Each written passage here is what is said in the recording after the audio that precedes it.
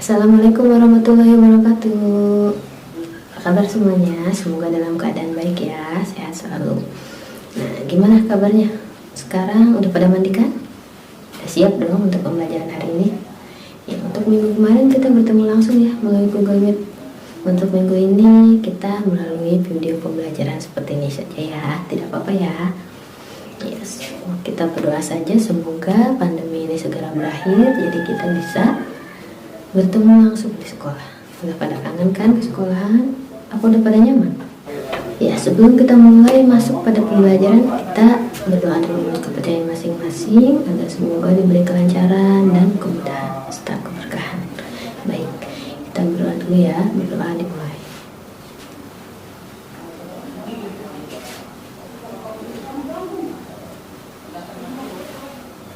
Selesai? Ya, sudah siap kan? Pada pembelajaran hari ini kita akan membahas tentang persamaan dan pertidaksamaan nilai mutlak. Oke, ayo selamat belajar. Ya, baik, kita mulai pada persamaan dan pertidaksamaan nilai mutlak satu variabel. Nah, di sini apa sih perbedaan persamaan sama pertidaksamaan? Kita lihat di sini persamaan itu memuat sama dengan. Kalau persamaan itu kan ada yang ruas kiri, ada yang ruas kanan. Nah, penghubung dari ruas kiri dan ruas kanannya itu kalau sama dengan, dia dinamakan persamaan. Tapi kalau dia penghubung dari ruas kiri dan ruas kanannya ini tanda pertidaksamaan seperti ini, ada kurang dari, lebih dari, kurang dari sama dengan, lebih dari sama dengan, atau tidak sama dengan, itu dinamakan pertidaksamaan. Jadi kita lihat kata penghubungnya ini, dia sama dengan atau pertidaksamaan. Seperti ini nih, ini ruas kiri, ini ruas kanan, dihubungkan dengan sama dengan. Oh, berarti ini persamaan nih. Tapi ini dalam konteks teks ya, bukan dalam konteks matematika. Nah, ini berarti seperti ini contohnya ya, ilustrasinya. Jadi kita udah bisa bedain dong mana yang persamaan dan mana yang pertidaksamaan. Oke, sekarang selanjutnya persamaan nilai mutlak linear satu variabel. Berarti kalau linear satu variabel berarti dia memuat satu variabel. Satu variabel yang belum diketahui berarti kan nilainya. Nah, di sini variabel yang mana? Yang X ya. Nah, ini disebut variabel. Dia nilainya belum diketahui atau yang harus dicari. Nah, untuk di depan X ini apa? Angka di depan variabel disebutnya koefisien. Masih pada inget kan? Koefisien itu angka di depan variabel. Nah, untuk C ini dinamakan apa? Konstanta. Jadi, untuk persamaan linear satu variabel itu dia hanya memuat satu variabel yang dicari. X bisa juga disimbolkan dengan huruf alfabet lain ya. Bisa Y, Z, atau alfa atau delta. Oke, untuk cara penyelesaian persamaan nilai mutlak satu variabel. Nah, untuk menyelesaikan persamaan nilai mutlak satu variabel ini, kita dapat menggunakan dengan 3 cara. Cara pertama yaitu metode grafik. Cara kedua, metode pengkuadratan kedua ruas. Cara ketiga, metode definisi nilai mutlak. Ya, kita bahas satu persatu ya. Kita masuk pada contoh soal. Nah, kita coba contoh soal ya. Contoh 1. Tentukan penyelesaian persamaan nilai mutlak X dikurang 2 sama dengan 3. Kita mulai dengan cara yang metode definisi nilai mutlak. Definisi nilai mutlak kemarin apa? Akan menghasilkan X atau nilai yang sama di dalam nilai mutlak ini jika nilai X-nya itu lebih besar dari 0. Atau akan menghasilkan kebalikan dari nilai mutlak ini dikalikan negatif jika X-nya lebih kecil dari 0. Kemarin sudah dibahas ya. Nah, coba kita aplikasikan pada persamaan ini. Nah, karena di sini persamaan nilai mutlak ya sesuai definisi, jadi nanti nilai X-nya itu ada 2. Ada X untuk yang interval positif dan ada X yang untuk interval negatif. Pertama, untuk X yang pertama didapat dari persamaan dari soal ini dengan nilai ruas kanannya positif. Nilai mutlaknya hilang, X dikurang 2 sama dengan 3. Atau untuk X yang satu lagi yang negatif. Jadi yang X dikurang 2 dan ruas kanannya ini negatif. Paham ya? Nah, jadi yang satu ruas kanannya positif, yang satu lagi ruas kanannya negatif. Jadi kita punya nilai X-nya itu 2 untuk fungsi nilai mutlak ini. Jadi kita mendapatkan nanti hasilnya itu nilai X-nya 2. Enggak cuma 1 ya, enggak cuma nilai X-nya X adalah 5 misalnya, enggak gitu. Tapi X-nya nanti ada 2, X sama dengan sekian atau X sama dengan sekian. Untuk X yang pertama yaitu X yang hasil fungsi ini tuh positif. Dan untuk X yang kedua adalah untuk fungsi ini X dikurang 2 itu hasilnya negatif. Paham ya? Nah, coba kita lihat di sini. Ini untuk yang fungsi pertama yang positif. Berarti di sini ruas kanannya tetap positif. Kalau untuk fungsi yang kedua itu yang negatif fungsinya. Di sini ruas kanannya negatif. Jadi yang berbeda hanya ruas kanannya. Setelah itu baru kita jabarkan. Cari nilai X-nya masing-masing ruas ini. Ini yang positif dan yang negatif. Di sini kita cari nilai X-nya. Tinggal pindah ruaskan ya. Di sini 3-nya tetap, pindah ruasnya yang negatif 2. Negatif 2 pindah ruas jadi positif 2. Nah, X sama dengan 3 ditambah 2 sama dengan 5. Ini untuk yang X yang pertama. X yang kedua yaitu X dikurang 2 sama dengan negatif 3. X sama dengan negatif 3-nya tetap. Ini negatif 2-nya pindah ruas jadi positif 2. Negatif 3 ditambah 2. Berarti kan di sini negatif 3. Negatif sama positif lebih besar negatif. Berarti nanti hasilnya akan negatif. Kita cari selisihnya antara 3 dan 2. Selisihnya adalah 1. 3 dikurang 2, 1 kan. Nah, berarti hasilnya negatif 1. Jadi, untuk penyelesaian persamaan nilai mutlak X dikurang 2 sama dengan 3, kita dapatkan nilai X-nya yaitu X sama dengan 5 atau X sama dengan negatif 1. Jadi nilai X-nya ada 2. Coba kita masukkan nilai X-nya 5. X sama dengan 5. 5 dikurang 2 berapa? 3. Benar kan hasilnya? Sama dengan 3. Coba kalau kita masukkan X-nya itu negatif 1. Negatif 1 dikurang 2. Negatif 1 dikurang 2 berarti negatif sama negatif. Hasilnya akan negatif, tinggal 1 ditambah 2, 3. Negatif 3. Negatif 3 karena dia nilai mutlak kan hasilnya pasti positif ya. Kebalikannya, kalau kebalikan dari negatif 3, positif 3. Jadi benar juga hasilnya positif 3. Nah, berarti nilai mutlak, nilai X-nya ini ada 2. Paham ya kenapa dia ada 2? Karena nilai mutlak ini kan hasilnya akan selalu positif. Walaupun X dikurang 2 ini nilainya negatif, dia akan menjadi positif. Jadi ada yang nilainya 3 dan ada yang nilainya negatif 3. Sama-sama hasilnya nanti positif 3. Makanya itu nilai X-nya ada 2 untuk X sama dengan 5 atau X sama dengan negatif 1. Sekarang coba kita bandingkan dengan metode berikutnya, yaitu metode pengkuadratan kedua ruas. Nah, di sini kan untuk persamaan itu tadi ada ruas kiri dan ada ruas kanan yang dihubungkan dengan sama dengan. Nah, kita kuadratkan ruas kiri dan ruas kanannya. Jadi masing-masing ruas itu dipangkat 2 kan.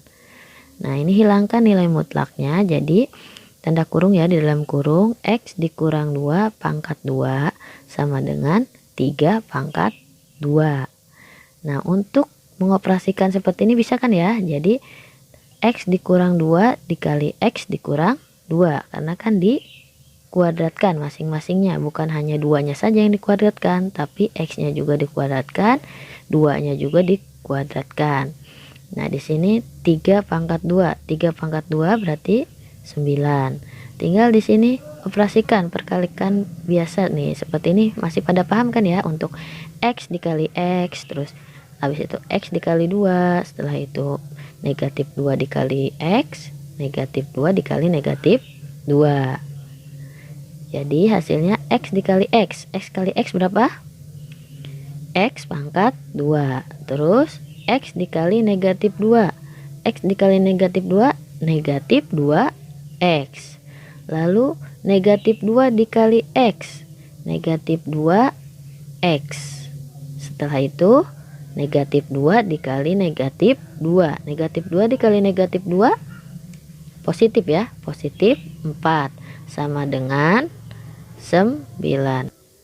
Lalu 9-nya ini kita pindah ruaskan ke kiri. Jadi sama dengannya 0. Ruas kanannya dijadikan 0. Jadi 9-nya pindah ruas ke kiri.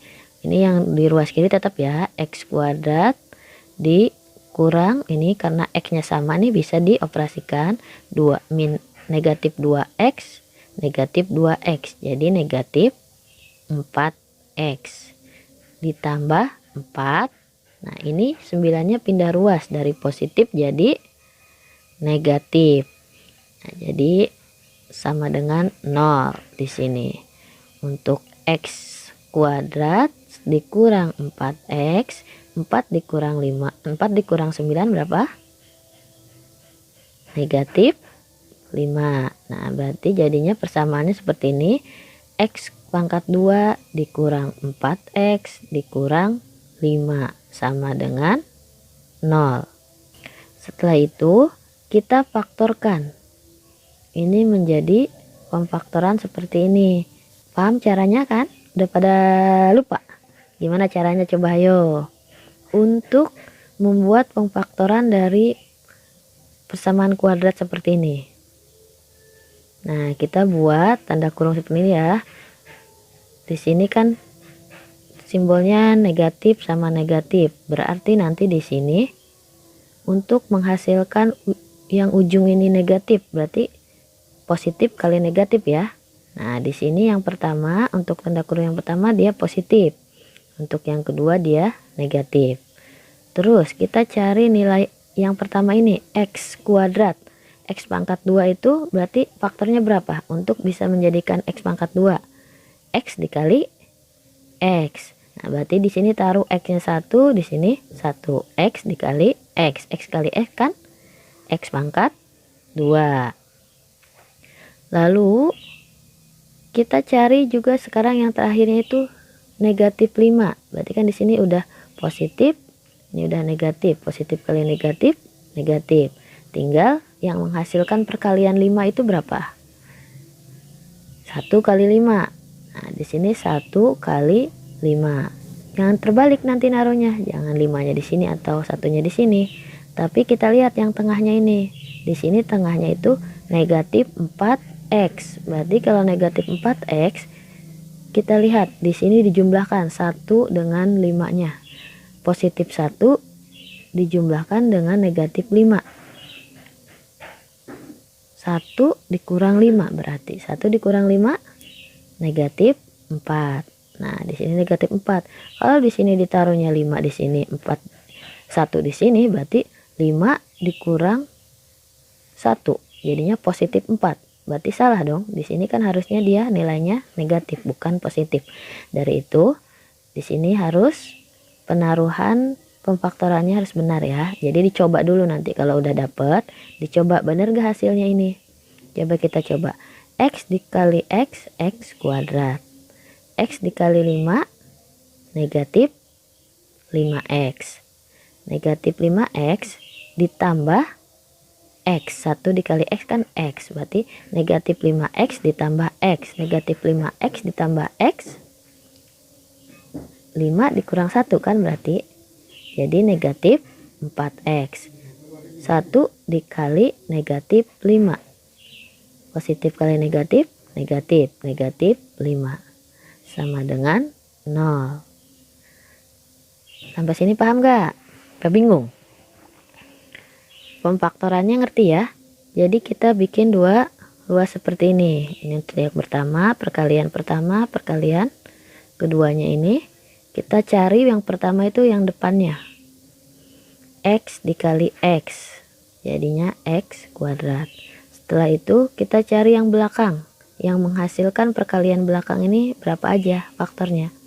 1 dikali 5 kan ya.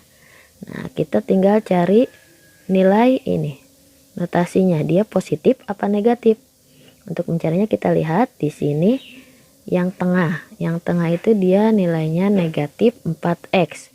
Berarti kita jumlahkan yang hasilnya 4. 1 dan 5 itu biar hasilnya 4 gimana? Berarti yang 5-nya harus negatif. Yang satunya jadi positif. Karena kan negatif 5 ditambah 1 negatif 4. Nah, lalu yang terakhir kita ini lihat yang nilai dari 5-nya ini kan negatif. Berarti 1 kali 5 itu harus negatif. Berarti yang satu di sini positif, yang satu negatif. Jadi negatif 5. Untuk hasil akhirnya didapatnya kita jadikan persamaan ini X ditambah 1 sama dengan 0.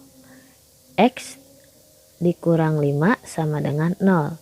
Jadi kita dapat X sama dengan satunya pindah ruas jadi negatif 1. Atau X sama dengan negatif 5 pindah ruas jadi 5. Jadi kita dapat nilai X-nya negatif 1 atau X-nya sama dengan 5 dari persamaan ini. Coba bandingkan dengan cara yang pertama tadi. Hasilnya sama nggak? Sama ya. Jadi walaupun menggunakan metode definisi nilai mutlak atau metode ini mengkuadratkan kedua ruas, hasilnya akan sama. Kalau nggak sama berarti ada kesalahan. Gimana? Mudah bukan? Udah lah ya. Bingung pasti bingung di pemfaktorannya ya. Nanti coba dipelajarin lagi untuk cara memfaktorkan dari persamaan kuadrat ini. Ya, sekarang coba kita menggunakan metode grafik. Nah, metode grafik itu ada beberapa langkah ya kita untuk menyelesaikannya. Langkah pertama yaitu misalkan terlebih dahulu yang Y1 nilai mutlak dari X dikurang 2. Jadi yang ruas kiri. Y1 itu yang ruas kiri. Jadi yang nilai mutlak X dikurang 2. Dan Y2 yaitu yang ruas kanan. Ruas kanannya 3. Nah ini dimisalkan dulu Y1 dan Y2. Ruas kiri dan ruas kanannya. Terus langkah berikutnya yaitu mencari titik koordinatnya masing-masing Y1 dan Y2 ini. Karena Y1 ini bentuknya fungsi nilai mutlak, jadi dia nanti garisnya ada 2. Karena dia hasilnya kan ada 2 seperti ini ya. Untuk nilainya fungsinya positif dan untuk fungsinya negatif. Untuk fungsinya positif berarti hasilnya jadi X dikurang 2. Untuk fungsinya yang negatif jadinya dikalikan negatif. Negatif X dikurang 2. Nah, pertama kita cari dulu interval untuk nilai X-nya itu yang menjadikan fungsi ini tuh positif. Gimana caranya? Mencari interval nilai X ini. Kita cari di sini batas fungsi X dikurang 2 pada interval positif didapat dari sini persamaan ini. Kita buat X dikurang 2 sama dengan 0. Kita jadikan persamaan dulu. Persamaan sama dengan 0. Nah kita dapat nilai X-nya sama dengan 2. 2 dari sini ya. Negatif 2 pindah ruas jadi positif 2. Nah kita dapat untuk interval nilai X yang akan menghasilkan fungsi ini 0. atau positif lebih dari 0. Coba kita masukkan X-nya 2. 2 dikurang 2, 0. Terus 3. 3 dikurang 2, 1. Positif ya, hasilnya positif.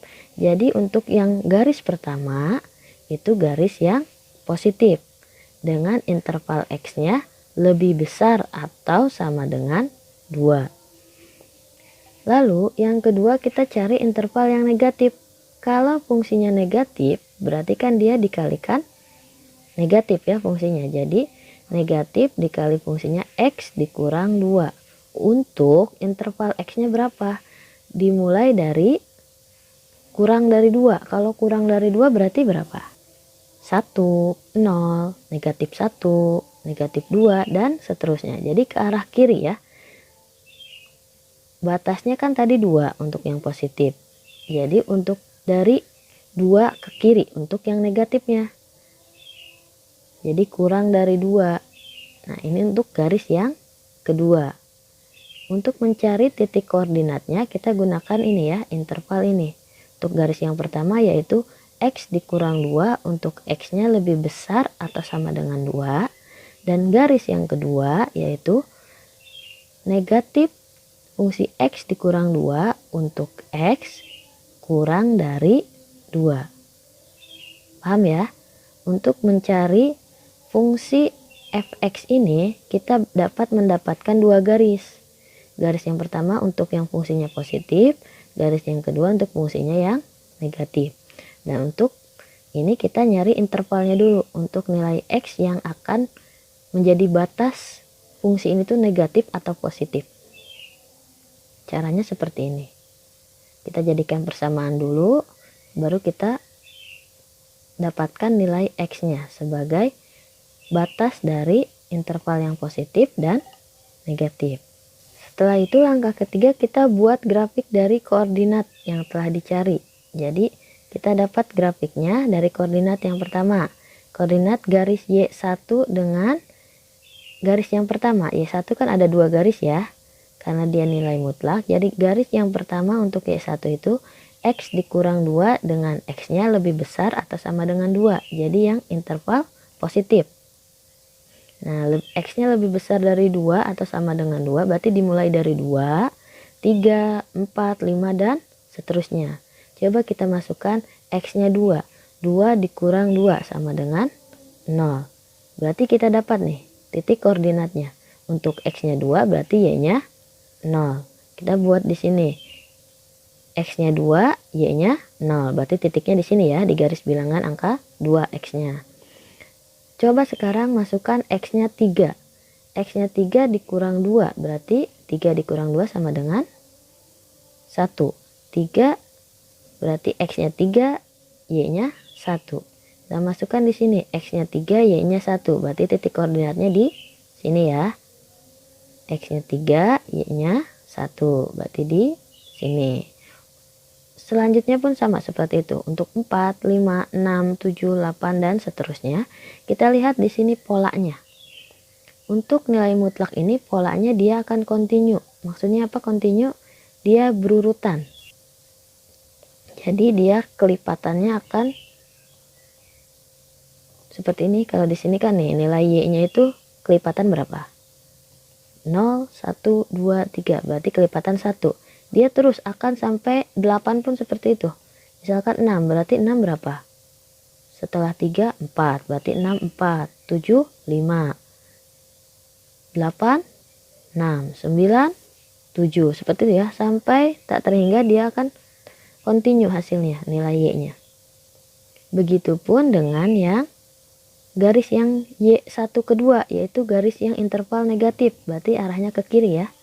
Nah, untuk interval negatif kan tadi persamaannya negatif dikali X dikurang 2. Dengan X-nya kurang dari 2. Berarti kalau kurang dari 2, 1, 0, negatif 1, negatif 2, dan seterusnya. Coba kita masukkan pada persamaan ini. Untuk X-nya 1.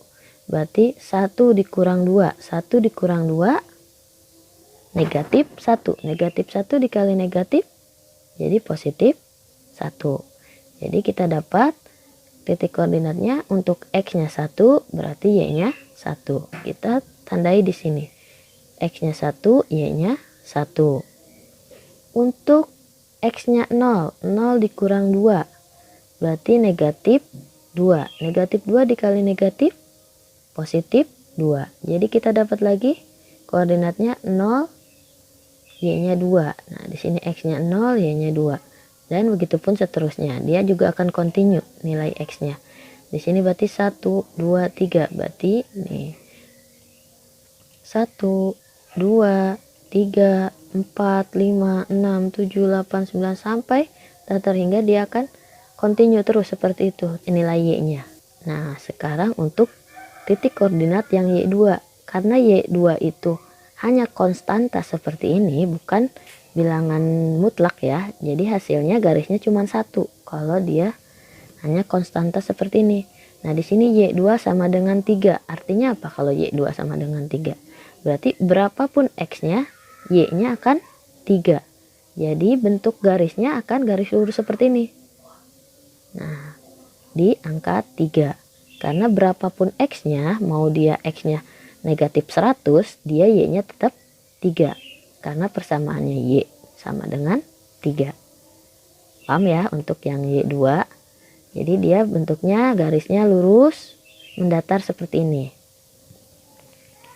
Setelah didapat titik koordinat ini, kita langkah terakhir yaitu langkah keempat untuk mendapatkan penyelesaiannya. Dari grafik yang kita buat tadi, kita cari titik potongnya antara garis Y1 dengan garis Y2. Jadi garis Y1 kan ada 2 nih. Ada garis yang ke kanan, ada garis yang ke kiri. Nah, ini Y2.